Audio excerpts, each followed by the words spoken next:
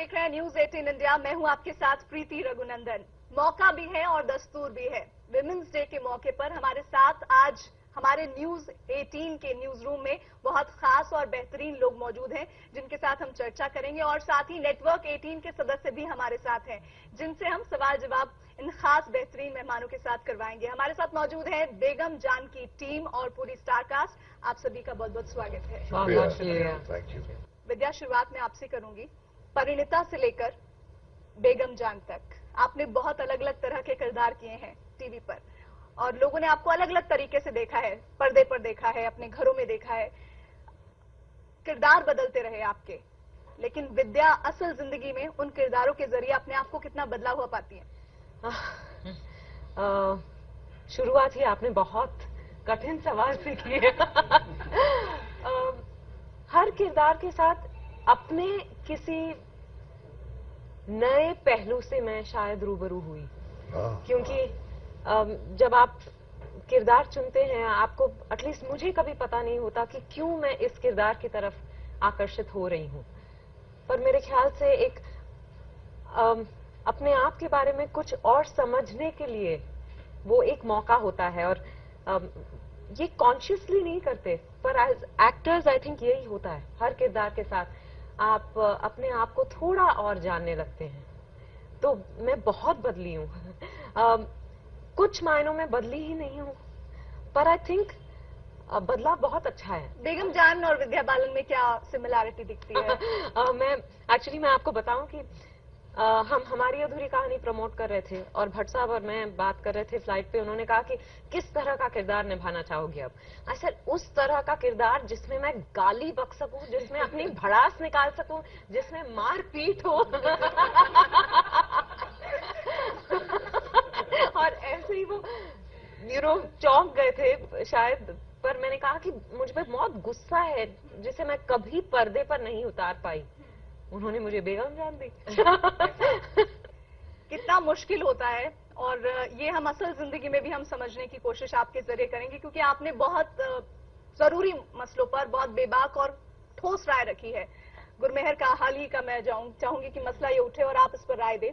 वो ये कि जब एक लड़की आके 20 साल की उम्र में अपने शहीद पिता को लेकर अपनी बात रखती है, तो उसको बहुत बुरी तरह से रिएक्शंस मिलते हैं। यहां तक कहा जाता है कि उसका रेप हो जाएगा। और ऐसे में विद्या कहती है कि वो ऐसा किरदार निभाना चाहती है जिसमें वो बुरी तरह से अपने आप को बोल्ड कैरेक्टर में देख पाए पर्दे पर, और लोगों को दिखा पाए। असल जिंदगी में लोगों का ये चेहरा है, और पर्दे पर जब हम इस तरह से देखते हैं तो एक बड़ा फर्क नजर आता है। क्या आप ऐसा मानते हैं? मदर ऑफ सिविलाइजेशन कहते हैं हिंदुस्तान को। इसको मदर ऑफ सिविलाइजेशन इसलिए कहा गया क्योंकि यहाँ पर अगर वाराणसी, जिसको आप एपिसेंटर ऑफ ह्यूमन थॉट कहते हैं, हिंदू थॉट कहते हैं, तो उसके आधा घंटे की दूरी पर सारनाथ है, जहां पर बुद्ध ने अपने पहले 4-5 डिसाइपल्स को प्रवचन दिया था और बुद्धिज्म का जन्म हुआ था। ये हिंदुस्तान है, इसकी शान बिल्कुल विपरीत, completely opposite to what was being practised there on the hearts. ये लैटिट्यूड, ये बैंडेड जो है हमारे मुल्क की है।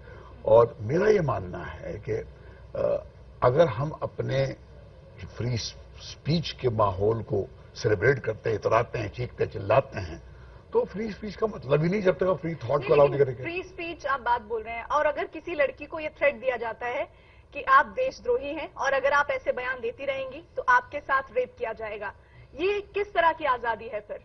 इस मुल्क की तहजीब ही नहीं है।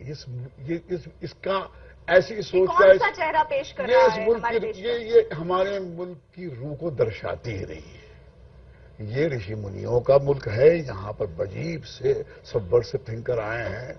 यहाँ पर अलग अलग मुख्तलिफ सोच रख के एक ही घाट पर लोग साथ जिंदगी जीते थे। एक ही परिवार में विपरीत सोच रखने वाले जो है परिवार में एक होकर रहते थे। हाँ, अपने विचार अलग होते थे। ये था हिंदुस्तान। ये हिंदुस्तान आज भी है। मगर कुछ देर लगता है कि बादल आ जाते हैं सूरज के सामने, लगता है कि सूरज गायब हो गया। ऐसा है नहीं। ये मुल्क की तहजीब में कुछ क्षण ऐसा कोई एक मोड़ है। मगर वो जुर्रत उस बच्ची की दाद दो, उसने कही अपनी बात। ये जो औरतें बैठी मेरे बाजू में, ये हमारे इस हिंदुस्तान की रूह है, ये इसका चेहरा है। इनको जरा कुरेदिए, आपको मैं गौहर पर ही आना चाह रही थी। इनकी धड़कन सुनाई देगी, आपको लगेगा कितनी जरूरत है इनमें। इन 1.5 दशक में आपका सिने सफर जी कैसा रहा? जिस तरह से अभी विद्या ने कहा कि वो कुछ ऐसा करना चाहती थी जो अलग हो, जिसमें वो जी। गाली दे सके, जिसमें जी। वो इतना बोल्ड दिख सके जी जो कभी सोचा भी ना जा सका हो। जी। लेकिन इस पूरे 1.5 दशक के अपने करियर में आपने महसूस किया कि इस बोल्डनेस की कीमत चुकानी पड़ती है? वेल पहली चीजें तो एट फैमिली लेवल शुरू होती है, जहां पर आपको शायद मेरे साथ नहीं, बट कई बार ऐसे होता है कि आप लड़कियों को या औरतों को सपने देखना ही कई घरों में अलाउड नहीं होता कि नहीं आप ये नहीं कर सकती। सो फॉर मी मेरा करियर तो ऐसा ही था कि हर एक नॉर्म को तोड़ना। मुझे जहां जहां बताया गया कि नहीं नहीं ये लड़कियों के लिए ठीक नहीं है, या आप इस तरीके का काम करेंगी तो आप ब्रैकेट में डाल दी जाएंगी। तो मेरे लिए तो हर कदम ही रहा है कि मैं हर एक नॉर्म को तोड़ पाऊं, और अल्लाह का शुक्र है कि वो हो पाया है मेरे साथ, क्योंकि लोगों की दुआएं हैं। और जब ऐसे जीनियस लोगों का साथ आपके पास होता है और उनका बिलीफ होता है आप में, तो you can as a woman do anything that you want. तो दायरा तोड़ने की बात कर रही हैं आप कि आप जी। करती रही हैं, और विद्या जी। दायरा तोड़ने के लिए फिल्म चाहती थी ऐसी कोई बने, और वो बन चुकी है बेगम जान। क्योंकि एक्चुअली सिर्फ दायरा तोड़ने के लिए नहीं, पर मुझे बहुत बार लगता है कि औरत की आवाज दब जाती है। इसीलिए मैं कह रही थी कि मुझे लेकिन इसकी वजह क्या है? क्यों ऐसा लगता है ये- कि हम हर बार विमेंस डे आता है, आप इस तरह के पुश्तों मसलों को से- लेकर चर्चा करते हैं, पुश्तों से और अगर फिर आप वो वैसे ही ढर्रे पर आ जाती हैं चीजें? आप यू नो जब 100, 200, 500 सालों से देखें तो औरतों से कहा जाता है कि उनको क्या पहनना चाहिए, क्या सोचना चाहिए, क्या महसूस करना चाहिए, खाना चाहिए, पीना चाहिए, चलना चाहिए, वो सब तो होता ही रहता है। आई थिंक इस वक्त पे जब ज्यादातर लड़कियां पढ़ लिख रही हैं, अपनी जिंदगी अपने शर्तों पे जीने की कोशिश कर रही है, या फिर उनमें एटलीस्ट ये आभास है कि मेरी जिंदगी मेरी खुद की है, कि मैं जिस तरह से चाहूं मैं अपनी जिंदगी जी सकती हूं, इस आभास की वजह से शायद अब हम अपने आप को रोक नहीं पा रहे हैं, यू नो। तो इसी वजह से हम लोगों में बहुत गुस्सा है। हमसे जब कहा जाता है कि आपको इस तरह से पेश आना है, जब सिर्फ गुरमेहर की नहीं, किसी भी लड़की की बात कर ले, जब वो अपना मुंह खोलती है और कोई अगर उसे चुप कराता है, तो मेरा तो मन करता है कि जाके लाफा मार दूं। और यहाँ पर जितनी भी लड़कियां मौजूद हैं, मुझे उम्मीद है कि जैसा आपका रिएक्शन है वैसे ही हाँ उनका हाँ भी बिल्कुल रहता है। बिल्कुल। तो हम चाहेंगे चुप कि- रहने का वक्त खत्म हो चुका है। तो हम चाहते हैं कि हमारा नेटवर्क 18 का जो टीम है, छोटा सा परिवार यहाँ पर मौजूद है, वो भी आप लोगों से सवाल जवाब करना चाहता है। तो सीधे हम शुरुआत करेंगे शिखा से। शिखा मुस्कुरा बोल रही है। क्या सवाल है आपका? मेरा सवाल विद्या से ही है। विद्या, जब भी आपकी कोई फिल्म आती है, हर फिल्म में आपका जो किरदार होता है बहुत दमदार होता है। बेगम जान आ रही है, किस तरह की कहानी है बेगम जान? बेगम जान एक 11 औरतों की कहानी है, जो कि ये पार्टीशन के वक्त की कहानी है। वो एक कोठे का हिस्सा है। वो अगर आप उन्हें वैश्या कहना चाहते हैं तो वैश्या कह सकते हैं, पर उन्हें कोई इस बात का की वजह से शर्म नहीं आती कि वो ये काम करती हैं, और उन्हें ये एहसास है कि उनकी जिंदगी है, उनका घर है। क्योंकि जब देश बटा तो उनके कोठे के बीच में से वो लकीर खींची गई। Radcliffe line. हाँ, रैटक्लिफ लाइन, लाइन ऑफ, जिसे हम लाइन ऑफ पार्टीशन कहते हैं। तो वो डटी रही, उन्होंने झगड़ा, उन्होंने मतलब वो लड़ गई ताकि वो अपना घर बचा सके, अपना सम्मान बचा सके।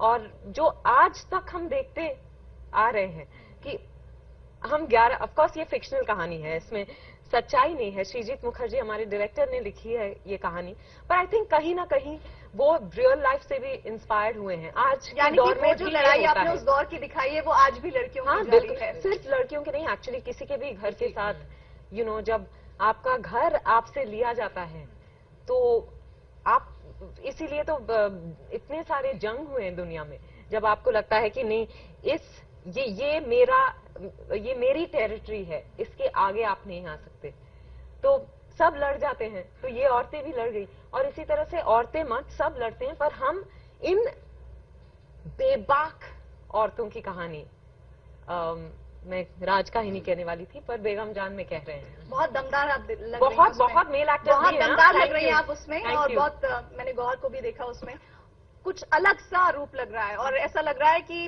जैसे कहते हैं ना स्क्रीन पर आकर खा जाना, मैं अगर ये कहूँ तो सही है?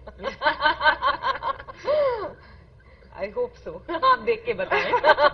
संदीप, वैसे मैं बहुत भूखी एक्टर हूँ तो ये कहना शायद सही होगा। मुझे थोड़ा हल्का सा सवाल, आप बड़ी महिलाओं की स्पेस की बात कर रही हैं जी। कभी मर्दों की स्पेस की बात कर लिया करें, खासतौर पे रोज शाम को एक फोन आता है कि घर कब जल्दी आ रहे हो, रोज सवालों से सामना होना पड़ता है। आपको अपने पति से सवाल पूछने की आदत है इस तरह की? ऑफ कोर्स पूछने की आदत है, मैं ना पूछूं तो बाजू वाली पूछ लेगी।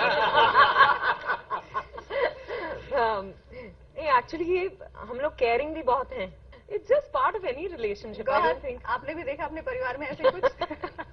नहीं, एक्चुअली मैं अभी परिवार में अकेली सिंगल रह गई हूँ, बाकी सबकी शादियां हो गई हैं। बाकी सबके लाइफ में देखा है इस तरह के क्वेश्चंस आते हैं? ये हाँ, मेरे बेचारे जीजू कभी ना कभी बोल ही देते हैं, लेकिन it's a part and you know, जिंदगी का एक हिस्सा है और आपको भी अलाउड है कंप्लेन करना, कोई भट्ट बात साहब, नहीं। भट्ट साहब आपको भी इस पे बोलना होगा।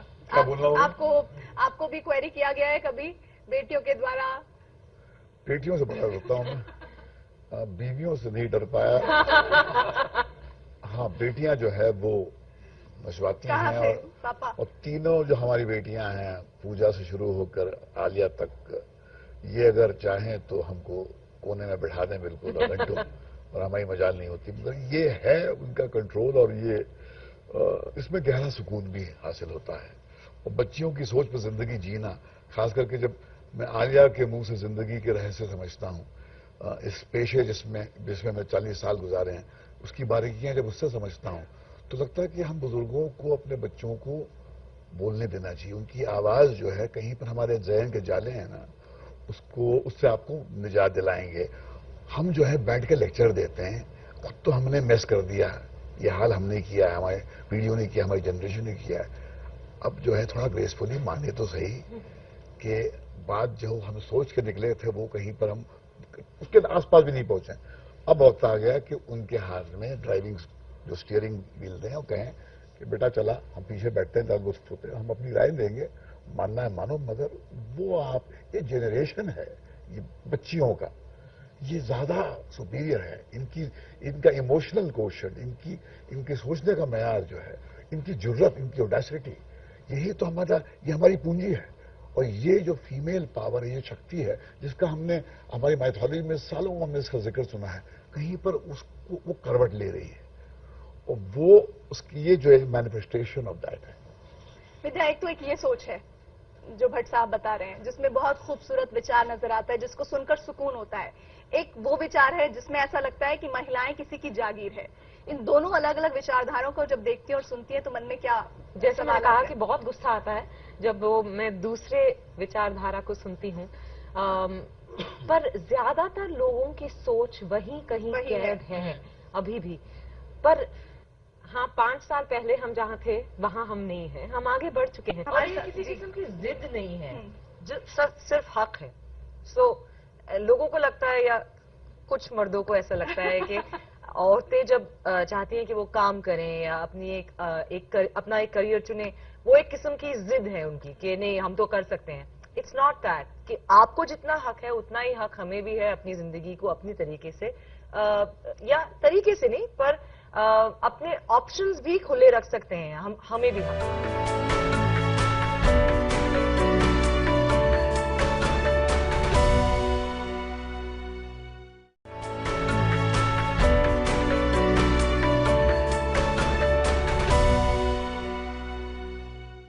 अलीशा हमारे साथ हैं।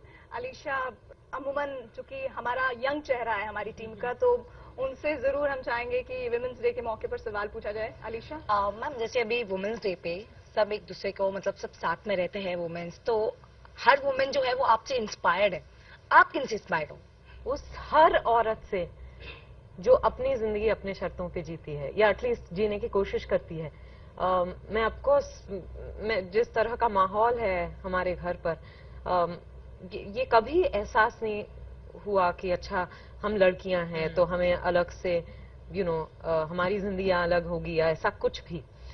तो हमारे घर में एक बहुत ही इक्वल एटमॉस्फेयर था, इसीलिए मेरी सोच शायद ऐसी है। पर मेरे घर में मेरी माँ है, मेरी बहन है और बहुत सारी औरतें, जैसे मैं जब जेवियर्स में पढ़ाई करती थी, चेंबूर में रहती थी, रोज ट्रेन लेकर वीटी जाती थी मैं, और वहां इतनी सारी औरतों से मैं मिलती, बहुत औरतों के साथ दोस्ती हुई, लड़कियों के साथ दोस्ती हुई। वो सब एक जद्दोजहद में है और फिर भी वो मुस्कुराती, जोक करती, खुश रहती। ऐसा नहीं कि उनके लाइव्स में प्रॉब्लम्स नहीं थे। वो 4 बजे उठ के फैमिली के लिए खाना पका के, फिर बच्चों को तैयार करके, फिर काम के लिए निकलती, फिर वापस शाम को वापस घर लौटते वक्त सब्जियां काटती। तो इन सबको देख के भी और फिर मैं बहुत प्रेरित होती थी। तो अलग अलग रास्तों पे मुझे अलग अलग औरतें मिली हैं जिनसे मैं इंस्पायर हुई हूँ। वापस एक उसी बात पर आते हैं जो अभी आप कह रही थी कि पहले महिला को खुद अपने सम्मान के लिए और अपने लिए जीना होगा और करना होगा। लेकिन पुणे की अभी हाल की घटनाएं हैं जो लगातार हुई हैं, जो ये बता रही हैं पुरुष की सोच क्या है। तुम मेरी नहीं हो सकती तो किसी की नहीं हो सकती है। उन लड़कियों को मार दिया गया। विमेंस डे के मौके पर हम इस विषय पर चर्चा करने पर मजबूर हैं। तो ऐसे में हम पहले तो सुरक्षा ही दे दें, बाकी सारे मुद्दे तो बहुत ही दूर छिटक जाते हैं। एक तो गवर्नमेंट, पुलिस वगैरह सुरक्षा ज्यादा स्ट्रांग कर दें, पर दूसरी बात है कि हमें खुद, जैसे मैंने कहा, अपने आप पर भरोसा करना चाहिए। सेल्फ डिफेंस के तरीके सीख लें, वो बहुत जरूरी है। और सही वक्त पर जब आपको कोई हैरेस कर रहा है तो बेझिझक अपने परिवार वालों के पास और पुलिस के पास चले जाएं। ऐसे नहीं कि वेट करते रहें कि अच्छा शायद ये सुधर जाएगा, अब 2-3 दिन में इग्नोर कर दूं तो शायद ये चुप रह जाएगा। उससे बात नहीं बनती। अगर वो आपको डरा रहे हैं, धमका रहे हैं, तो आपको तुरंत एक्शन लेना चाहिए। इसमें आपकी गलती नहीं है। तो इसमें ये कोई शर्मनाक बात नहीं है कि कोई आपको डरा धमका रहा है। डरा धमका रहा है तो पुलिस है, आपके परिवार के लोग हैं, सबके पास चले जाए, खुल्लम खुल्ला बता दें कि, क्योंकि ज्यादातर लड़कियों को लगता है कि शायद मैंने कुछ किया होगा जिसके वजह से ये एनकरेज हुआ। ये जरूरी नहीं है। जो पागल है वो पागल ही होते हैं। गौहर, आपका भी काफी लंबा स्ट्रगलिंग पीरियड रहा है। कभी आपको ऐसा लगा हो कि ये सब बहुत मुश्किल है, मैं नहीं कर पाऊंगी, या कहीं ना कहीं एक फीमेल एंगल भी कभी आया कि नहीं इस वजह से मुझे ज्यादा हिट किया जा रहा है या परेशान किया जा रहा है? मेरी परवरिश ही ऐसी नहीं हुई है, तो थैंकफुली फ्रॉम पर्सनली मुझे ऐसे कोई थॉट्स नहीं आए। हाँ, लेकिन मेरे साथ ऐसे इंसिडेंट्स हुए हैं जहां पर लोग जानते हैं कि आई वॉज अटैक्ड। तो ऐसी सिचुएशंस में बहुत ज्यादा प्रेशर आ जाता है कि फर्स्टली आप क्या करें, you are the victim, and then कहीं ना कहीं प्रोजेक्शन ऐसा आता है, चलो I take the liberty of saying, media की तरफ से भी ऐसा आ जाता है जहां पर नाउअडेज एवरीथिंग इज सेंसेशनलाइज्ड। तो वो स्टोरी पिकअप कर, लड़की के बारे में ओके फाइन, तो उसको पिकअप करो, और अच्छा अभी ये बोल रहा है कि शायद उसने किया हो या दिया हो। So this the way the stories are built, वो भी एक एक प्रेशर आ जाता है औरत पे कि वो बोले ना। जैसे मैंने स्टेटमेंट्स दिए थे कई किसी इंसिडेंट के बारे में, उसके बाद मुझसे एक्सपेक्ट किया गया कि और बोलो, अच्छा अब ये बोल रहा है तो अभी आप और बोलो, अच्छा ये नहीं बोल रही तो शायद इसका कुछ हुआ होगा। I decided at that point के बस। So it also comes from rules of the country, the government, के कितना आप स्ट्रिक्ट बना सके, और request from the media also to try and see both sides of the story, and उससे औरतों पर, लड़कियों पर प्रेशर थोड़ा कम आ सकता है ताकि वो और खुलकर बोल पाए, और खुलकर सामने आए और अपने आप को प्रोटेक्ट कर पाए। एक सवाल ले लेते हैं। आप तीनों से एक सवाल है कि सेंसर बोर्ड हाल ही में बहुत सारी फिल्मों पर कैंची चलाता है, लगातार कैंची चलाता है, क्योंकि दिक्कत ये होती है कि जब फिल्म किसी एक समाज से बिलोंग करने लगती है तो कहीं ना कहीं उनका ईगो हर्ट हो जाता है। और सेंसर बोर्ड लिपस्टिक इन बुर्का पे जिस तरीके से बैन लगाया हुआ है, मेरे ख्याल में 1973 में मेरी पहली फिल्म लगी थी, मंजिलें और भी हैं, 21-22 साल की उम्र थी। इसमें एक महिला का 2 पुरुष के साथ में एक जिस्मानी संबंध की कहानी थी, तो उसको बैन कर दिया था कि subverting the institution of marriage, the secret institution of marriage. तब से लेकर अब तक सेंसर बोर्ड में परिवर्तन आया है, सोच बेहतर हुई है, लिबरल सोच जो है, आज की तारीख में आप ऐसा बहुत कुछ कर सकते हैं जो कल तक आप सोच ही नहीं सकते थे। हाँ, मगर पॉलिटिकल आइडियोलॉजी को अगर आप टच करेंगे और मौजूदा सरकार, जो भी सरकार हो, तो पिछली सरकार की जो आइडियोलॉजी थी, अगर उससे विपरीत सोच रख के फिल्म बनाएंगे, फिर उनके प्रॉब्लम्स, पावर सेंटर्स जो है ना, वो हमेशा स्टोरी टेलर्स से थोड़ा सा कतराते हैं, क्योंकि स्टोरी टेलर्स के पास पावर होता है लोगों के जहन को बदलने का। तो वो हमेशा, हर सरकार जो है कहीं पर अपनी जो है लगाम जो है वो कहीं पर वो लगाना चाहती है स्टोरी टेलर्स पे। आई थिंक इंडस्ट्री को ये उम्मीद है कि अब ये सेंसर बोर्ड नहीं, सर्टिफिकेशन बोर्ड हमारे लिए बन जाएगा, क्योंकि आई थिंक एक डेमोक्रेसी में सभी को ये छूट होती है कि आप जो देखना चाहे देखें। ये आप पे, अगर आप नहीं चाहते कि आपके बच्चे कोई फिल्म देखें, तो आपको अपने बच्चों से वो बात करनी चाहिए कि ये फिल्म आपके लिए नहीं है। ऑफ कोर्स सर्टिफिकेशन में भी क्या होता है कि एक उम्र के हिसाब से आपको फिल्म्स देखने को मिलेंगी, तो वो है। पर ज्यादा आप कितना बोल सकते हैं, कितना दिखा सकते हैं, कितना, ये थोड़ा लिमिटिंग हो जाता है फिल्मों के लिए, बिकॉज फ्रीडम ऑफ एक्सप्रेशन बहुत जरूरी है, not just as artist but as a country. Sandeep से आखिरी सवाल ले लेते हैं। विद्या, अक्सर कहते हैं कि राजनीतिक हिस्सेदारी जब तक ना बढ़े समाज में बदलाव नहीं होता। संसद हमने भी कवर की, महिलाएं बहुत कम दिखती हैं, या दिखती हैं तो ऑर्नामेंट्स की तरह नजर आती हैं वहां पर। अब आरक्षण की बात लगातार लोग कहते हैं कि आरक्षण हो, आरक्षण हो। आप लोगों को लगता है कि कहीं सोल्यूशन है, अपनी हिस्सेदारी खुद बनानी होगी? आई थिंक आरक्षण एक तरीका है, क्योंकि हिस्टोरिकली अगर आप देखें तो डिसीजन मेकिंग पोजीशंस में ज्यादा औरतें नहीं रही हैं, तो एक पहल के लिए आरक्षण जरूरी होता है। पर उसके अलावा आई थिंक जितना हम लोग, जितनी महिलाओं को हम पहले देखते थे उससे ज्यादा महिलाएं दिखती हैं। आई थिंक कन्फ्रंटेशन से या उससे हम औरतें थोड़ी अभी भी घबराती हैं, जिस तरह से पॉलिटिकल सर्कल्स में होता है। आई थिंक वक्त लगेगा इसके पहले कि आप बहुत सारी महिलाओं को देखें। जैसे कॉर्पोरेट्स में अभी बहुत सारी महिलाएं हैं, इंपॉर्टेंट पोजीशंस में हैं, पहले नहीं थी। वैसे पॉलिटिक्स में भी वो बदलाव देखने को मिलेगा, पर शायद थोड़ा वक्त लग जाए। विद्या, आप रिवील नहीं करेंगी, हम अंत में पहुंच चुके हैं अपने प्रोग्राम के, लेकिन बेगम जान विमेंस को क्या मैसेज देगी बेगम जान के अंदाज में? कि आप बेगम जान के अंदाज सभी में बेगम जान है, उनको जगाएं बस। एक ख्वाहिश है, फरमाइश नहीं कहूंगी, ख्वाहिश कहूंगी कि आप, हम चाहेंगे कि 2 लाइनें किसी गाने की सुना दें। अरे मैं गाती नहीं हूँ। थोड़ा सा, कुछ भी।